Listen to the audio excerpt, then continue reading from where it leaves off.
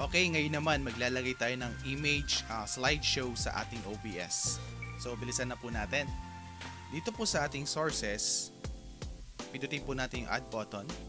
Then, hanapin lang natin si image slideshow. So, let's change the name. For example, announcement or sponsors or several logos na pwede mong i-flash sa iyong OBS.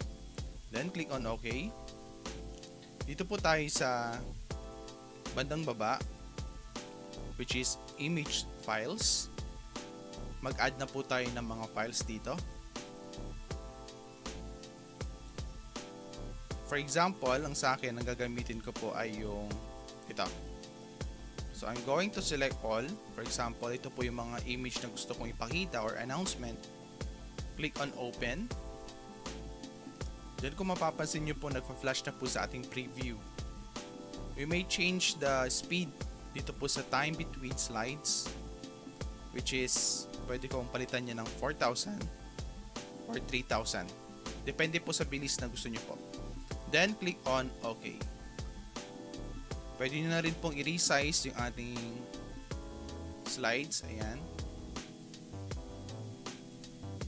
Lagay natin sa center, for example, center to screen.